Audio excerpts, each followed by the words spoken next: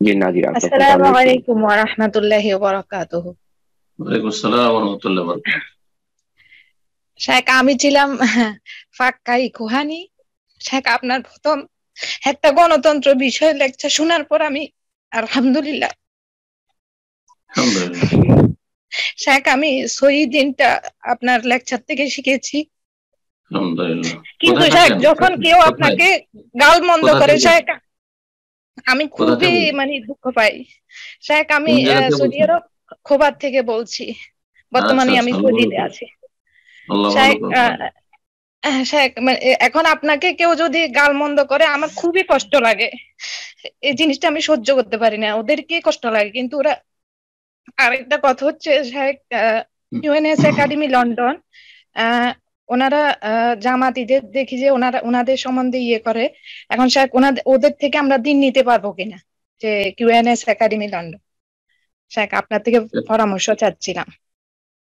প্রথম কথা, আমাকে গালমন্দ করলে কষ্ট লাগে, এটা ঠিক আছে, এটা আপনার ইমানের দাবি যে ভালো মানুষদেরকে, নির্দোষী যারা কোরআন সুন্নাহর খেদমত করে, যারা খাঁটি ইসলামের কথা বলে, তাদেরকে গালমন্দ করলে সবাই এই ব্যথায় ব্যথিত হয়, কষ্ট পাবে, স্বাভাবিক।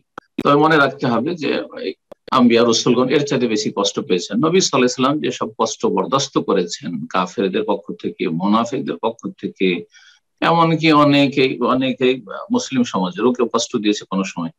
তো যাই হোক, নবী সাল্লাল্লাহু আলাইহি সাল্লামকে কষ্ট যেভাবে দেওয়া হয়েছে আর অন্যান্য নবীদেরকে, তারপরে আরো সব ওলামায়ে কেরাম আইম্মায়ে কেরামদেরকে যেভাবে কষ্ট দেওয়া হয়েছে, আমাদেরকে তো এরকম কষ্ট দেওয়া হয়। ইমাম বুখারী কত কষ্ট দেওয়া হয়েছে, ইমাম আবু হানিফাকে কষ্ট দেওয়া হয়েছে, ইমাম ইবনে তাইমিয়া রাহিমাহুল্লাহ কত কষ্ট দেওয়া হয়েছে, আমাদের ওইসব কষ্ট তো হয়নি, আলহামদুলিল্লাহ। সুতরাং এতে কোনো যায় আসে না, বরং এতে আমাদের নেকি বাড়ছে, মর্যাদা বাড়ছে, গুনাহ মাফ হচ্ছে।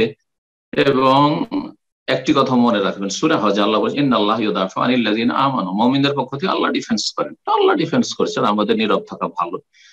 আর ভালো দিয়ে মন্দকে দূর করে, যারা গাল দিচ্ছে তাদেরকে আমরা গাল দেবো না, তাদের আমরা ছোট করব না, তাদেরকে আমরা কোনো খারাপ ভাষা বলবো না, বরং তাদের এই জন্য হিতাকাঙ্ক্ষী, তারা রোগী অসুস্থ, আল্লাহ এদেরকে সুস্থ যেন করে দেন, এদেরকে সঠিক বুঝ যেন দান করে। বহু লোক আলহামদুলিল্লাহ বুঝতে শিখেছে, যারা গালমন্দ করতো, শত্রুতা করতো, এতে যায় আসে না।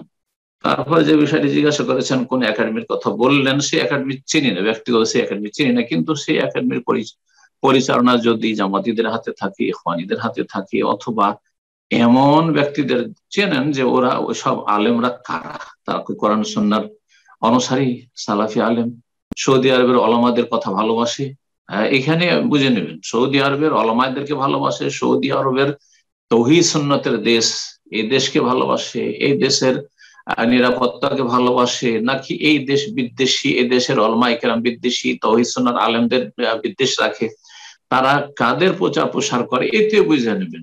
যদি দেখা যায় যে তারা কোরআন সুন্নাহর অনুসারী, তাহলে তাদের আলোচনা শুনবেন, অথবা তাদের একাডেমিক থেকে আপনি উপকৃত হবেন। আর যদি দেখা যায় যে না, তারা হয়তো আহলে কোরআন হাদিস অস্বীকারী, গোমরাহ পথভ্রষ্ট, তারা হচ্ছে জামাত ইখওয়ানী, তাহলে তারা বিভ্রান্ত।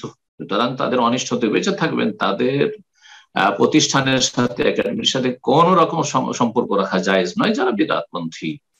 আল্লাহ রাব্বুল আলামিন বুঝার তৌফিক দান করুন, আল্লাহ হিদায়াতের উপর যেন কায়েম রাখুন, এবং আল্লাহ রাব্বুল আলামিন যেন আমাদেরকে, আপনাদেরকে, সকলকে, যে সব ভাই বোনেরা আমাদের সাথে থাকলেন, তাদের সবাইকে আল্লাহ ভালো রাখেন বলে